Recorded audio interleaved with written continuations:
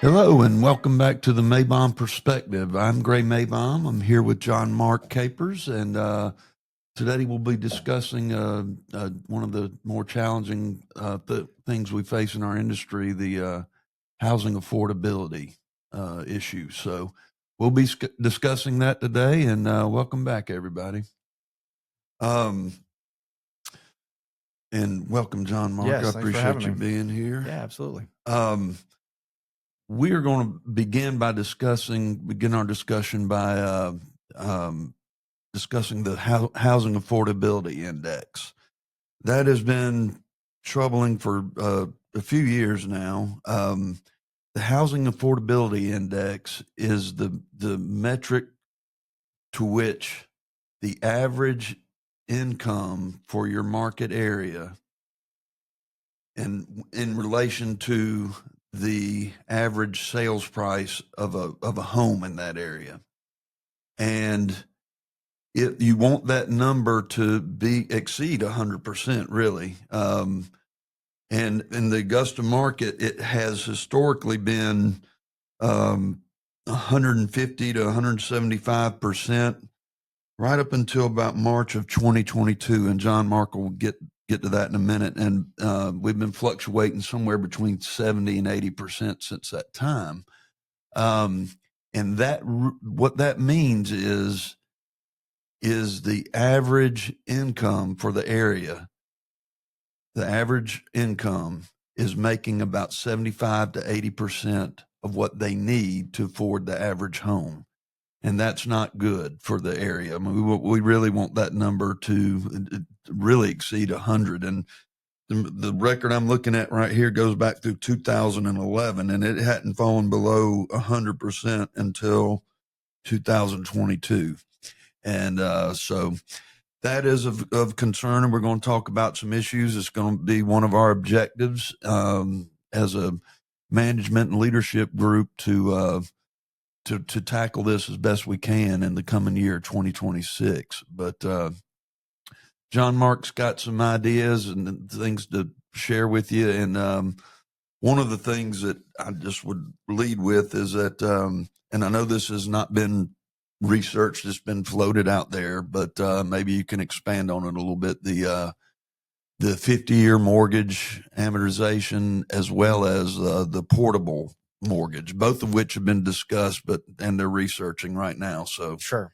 So these are two ideas that have come out in the last few months that are proposed to try to tackle some of the housing affordability issue that we're seeing. The 50-year mortgage that they've proposed is essentially just lengthening the term of a mortgage loan. Right now, most lenders only offer up to about 30 years for a fixed mortgage rate. That means your loan is amortized over 30 years and your monthly payment, your minimum monthly payment, is stretched out over 30 years. So if you only made your minimum payment, you're going to be paying that loan back for 30 years. The idea is to stretch it out an extra 20 years, which would bring down the monthly payment slightly. Over the life of the loan, you'd be paying more interest, which is one concern that critics have. But it would allow the buyer to not only purchase more home, have more buying power, but it would lower their monthly payment on the same house by a couple $100, which some say is not a ton of money, but for somebody who's buying their first home or someone who is trying to juggle different debts that they might have, $100, $200 is a lot of money. Yeah, well, you would know as much as anybody, being in the business, that $200 a monthly payment could make a big difference. Yeah, so it could increase, how much house they could afford and get approved for, or for the same house, it would just lower their monthly payment by a couple $100. Now, the downside to that is, paying a loan off longer, you're going to have much more interest that you're going to pay over the life of the loan. The good thing, though, is that the average person keeps a mortgage for 5 to 10 years. So, helping somebody get in a home is the objective of the 50-year. in hopes that, after a little while of living in the house, they might refinance the loan into a shorter term. We see that Yeah. a lot, Yeah. even with the 30-year.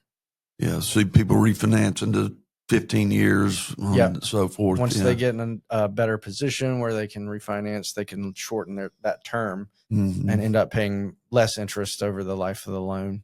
But it is one way that, they've proposed to help, especially first-time home buyers, get into a home that they otherwise couldn't afford.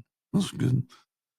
Well, maybe that'll get some traction. We'll see. It's the idea has been proposed. They're researching it. It could be a while before it actually is implemented, if at all. Another idea that they've put out there is a what they call a portable mortgage. The way that works is instead of taking out a brand new loan to go buy a house, the idea is that the home buyer would keep their current mortgage and the balance that they owe on that current mortgage and take it with them to the new house. In this situation, they would be able to keep the interest rate that they have, which has become a big problem in our housing industry, is that all these people are tied into a low 3% interest rate, and they don't want to sell their house and move, because if they do, they'll be spending a lot more money on a new loan. With rates being 6.5%. With rates being much higher now than they were a few years ago when everybody bought a house or refinanced. A lot of people are staying put because they don't want to move and lose that low rate. So a portable mortgage, the idea of that is that they would actually be able to take that low rate with them. Now, they would have to either have the cash to pay the difference between their balance and the new house they're buying, or find a lender that was willing to, loan them a second lien on the house to make up the difference. So even if there was a higher rate on the second lien, they'd still probably be saving money paying a lower interest rate on the original balance. So that's another idea that's been put out there. I know that would be a little bit more complicated to implement than the 50-year mortgage, but it's certainly an idea that's been proposed, and it would help some of those folks that are on the fence about moving, maybe make a decision to move and get the housing market going again. That wouldn't be great for your business, I wouldn't imagine. But we would still have ways of financing for folks. And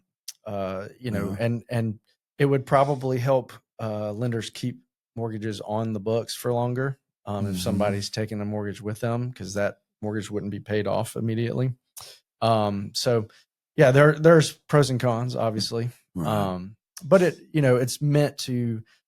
The idea is meant to help with the affordability issue that we're seeing. Right. And that's a challenge, and it's not only in our market, it's across the country. Absolutely. Just the affordability is not there.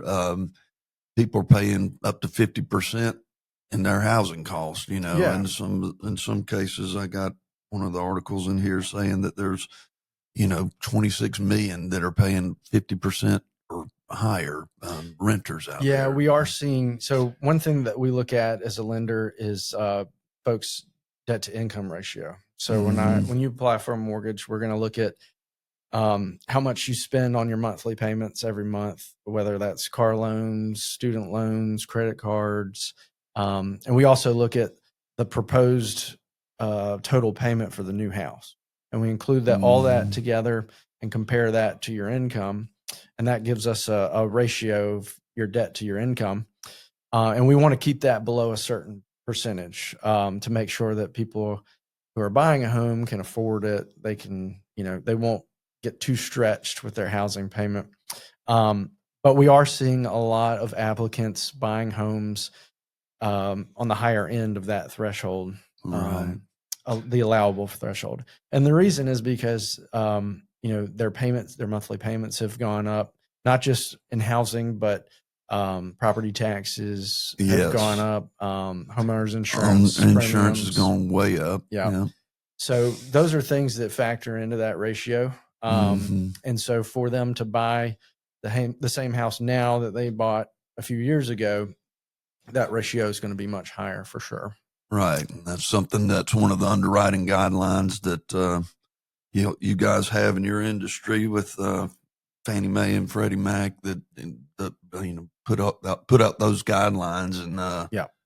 and so yeah they've been in effect for quite some time, and I know those boundaries are starting to be stretched a little bit. They are, and there's been talk of Fannie and Freddie being a little more lenient on things. There was recent news out that they were going to remove the minimum credit score allowed on loans, and while that is a headline, It sounds good. It sounds good. Yeah. Keep in mind that every lender has their own minimum tolerance. So, and the investors who buy the mortgages have their tolerances as well. So, while that does sound good, they are still going to have decent credit to buy a home for sure. Oh yeah, yeah. That's not going to change, and I think we may have learned some lessons from 2008 in that regard. And Absolutely. The criteria and the underwriting guidelines had to tighten up some from where they were. They changed a lot of things in 2000 after 2008. And we look a little closer at folks' assets and income and everything. And we make sure that we don't end up in the same situation we ended up in 2008, where people actually couldn't afford the home that they bought. And you're not seeing as many foreclosures as you did back then because we make sure that people can afford the home they're buying up front, and in hopes that would keep that issue from happening again. Yeah, and you're really not. I mean, the foreclosures are way down. Yeah, historically low. Yeah. You'll see headlines that'll say, foreclosures are up 20% this month. Well, 20% of a very, very small number is still a very small number. Right. So, while it is something to keep an eye on, we're in much, much better shape than we were back then. Good. Yeah. The National Association of Home Builders has proposed some points of concern that may alleviate some of this affordability crisis. One of which they highlight eliminate excessive regulations. That is, local municipalities, impact fees. There's a lot of fees up to 25% of the cost could be from these fees, and hard cost of developing property is gone exponentially higher than it was. So, all those things contribute to, higher lot costs, and which leads to higher new home costs. Some builders have scaled down and built smaller houses with less, less bells and whistles, so to speak, in an effort to meet the, affordability criteria, and some of which, and you may be able to speak to this, some builders are offering buy downs and securing a lower rate for their buyers. Absolutely. So, a lot of the way that the builders are battling this affordability issue is by offering rate buy downs. If you go in a Maybom developed neighborhood, the builders are oftentimes offering builder credits, that incentives that can be used towards either covering closing costs or buying down your interest rate to get a lower interest rate and lower your monthly payment. So you're seeing a lot of that. It's certainly helping. We've seen an uptick in new home sales over the last few years compared to resale. It's a larger percentage of the market now. And that's certainly helped. If you're spending the same amount of money on an old home as you are on a brand new home, a lot of people would choose the new home because you're not dealing with the issues that come with maintenance and all of that. So the builders are, offering these incentives to help the folk, home buyers get into the homes that they're building. And if you talk to the builders, they'll let you know. And we've talked a lot so far about the demand side of things. there's also a supply issue that we Mhm. hadn't talked about. And if you talk to the builders, they'll let you know that they have restraints on putting new homes on the ground, Right. which is definitely, Lenders, yep. their lenders are, tightening up, so to Yeah. speak. Yeah. Absolutely. So, and the supply is just lower than it's been in a long time. We are seeing a little bit more supply now than we used Mhm. to. But we're going to need to continue to increase the supply in order to make those homes more affordable for everybody. Absolutely. And there's local and state and national, you know, zoning issues and things that slow the builders down from developing those neighborhoods the way we need them Right. to increase that supply. Yeah. Well, and speaking of supply, the MLS, I looked just the other day, and it's 2,600 houses that are on the market right now. That's up from where it was. Just to give you a perspective out there during the COVID times, 21, 22, those years, that number, the number of 2,600 that I mentioned in our Augusta MLS that are available for sale, that number was as low as 600 at some points. It was just you know, wild and crazy, wild west out there during those times. But back to a little bit more balanced market. 2,600 homes, 2,600 to 3,000 is probably about where we should be on a historical level that would be somewhat normal. We were talking about the new home specific. It was interesting that the not to be gloom and doom, but the existing homes fell to a 30-year low this year. Mm-hmm. Existing homes, 30-year low, in the amount of inventory that was moved in the existing home market. But new homes were up as much as 5% in a lot of areas, 3 to 5%. And so that just goes to show you some of these things and some of the ways the builders have been able to pivot to find the right product has been helpful. And they'll adapt for sure. Whatever the market needs, they'll adapt to. Some advice I would give to especially first-time home buyers that are coming into the market is, what we saw the last few years is just unrealistic. Yeah. We saw a And forget market 3s and 4s. Interest rates were unrealistic. They're closer to the average now than they were a few years ago. So this is sort of more normal times for our market as well. And on top of that, first-time home buyers should be looking maybe not for their forever home, but something to get into the market. Buy a home that you can put some equity into and potentially sell later and move up from home to home, rather than trying to jump right in and buy, a forever home right away. Right. It has been getting a little tougher to find those homes. The starter home, the price of a starter home's gone up significantly over the last few years.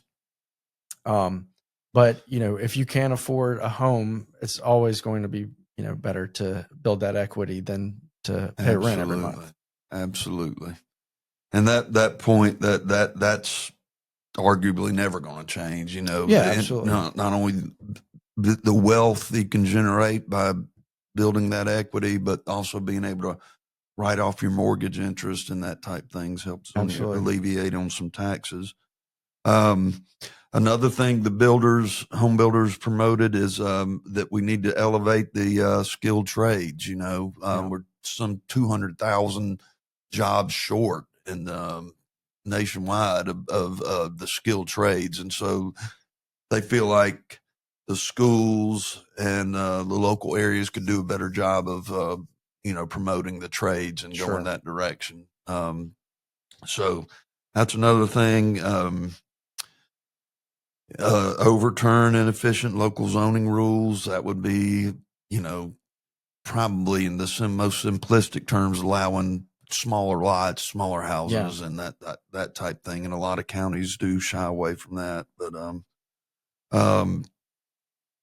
so again, if things, at least it's on the radar screen as a true objective, both in your industry as well as NAR, the National Association of Realtors. And I think together, if we work together and along with the home builders and really try to tackle this affordability crisis, maybe we can make some inroads in 2026. And we're lucky, the Augusta-Aiken area has a wonderful home builders association, and they're they're really very pushing. Active. Yeah. They're active and really pushing to see some improvement in those zoning laws and regulations.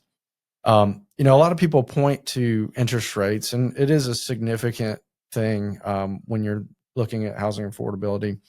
It's not a coincidence that the Housing Affordability Index drops tremendously right at the same time that we saw the Fed increasing rates, their rate back in 2022, around March of 2022. We have seen over the last year a little dip in mortgage rates. The Fed's cut a few times, which has given a little bit more optimism to what's to come in mortgage rates. They just cut again last month, and we're seeing, your average 30-year rate hovering around a little over 6% right now. So much better than we were. I mean, into 2023, we were at 8.25. Yeah. So it's come down pretty significantly. We'd love to see more improvement. Right. But I think supply, mortgage rates, getting control over property taxes, homeowners insurance, other factors. Because historically, 6% is a good interest rate. Sure. Period. For decades and decades, they were, in the 7s and 8s. So 6 historically is not a bad rate. So there's some other contributing factors I think we can work on, and some of which we discussed today and may discuss on down the road in a future episode. But anyway, and are you seeing, on your end a lot of decreases in home prices, or it seems like the market's pretty stable and sellers are still getting, in the most part, for what they're asking? We're still getting relatively, they're getting about 97% of the asking price. It's down a point, that's probably down from 98, so 99%. So it is down a little bit, but not nothing significant yet. They're still holding, but houses are sitting on the market a little longer. Average days on the market's 109, 110 days now, and back in the day, we just need to try to compare COVID numbers to what was going on then. It's hard to compare anything to that. We're much fewer days on the market at the time, but historically that's probably a little longer than most. Sometimes that number hovers in the 90s, oftentimes, and we're about at 110 now for average days on the market. But sellers are still seeing good values on their properties. Well, one benefit of homes being on the market a little bit longer is that buyers, while we do see multiple offer situations on a well-priced, quality home, they are having a little more time to choose and not rush into things. So even though the affordability is down, they certainly have more time to look for a home and find what they want and make a wise financial decision. Right. Because it is a big decision. Absolutely. So there is some good news and good reason to be optimistic going forward. So, absolutely.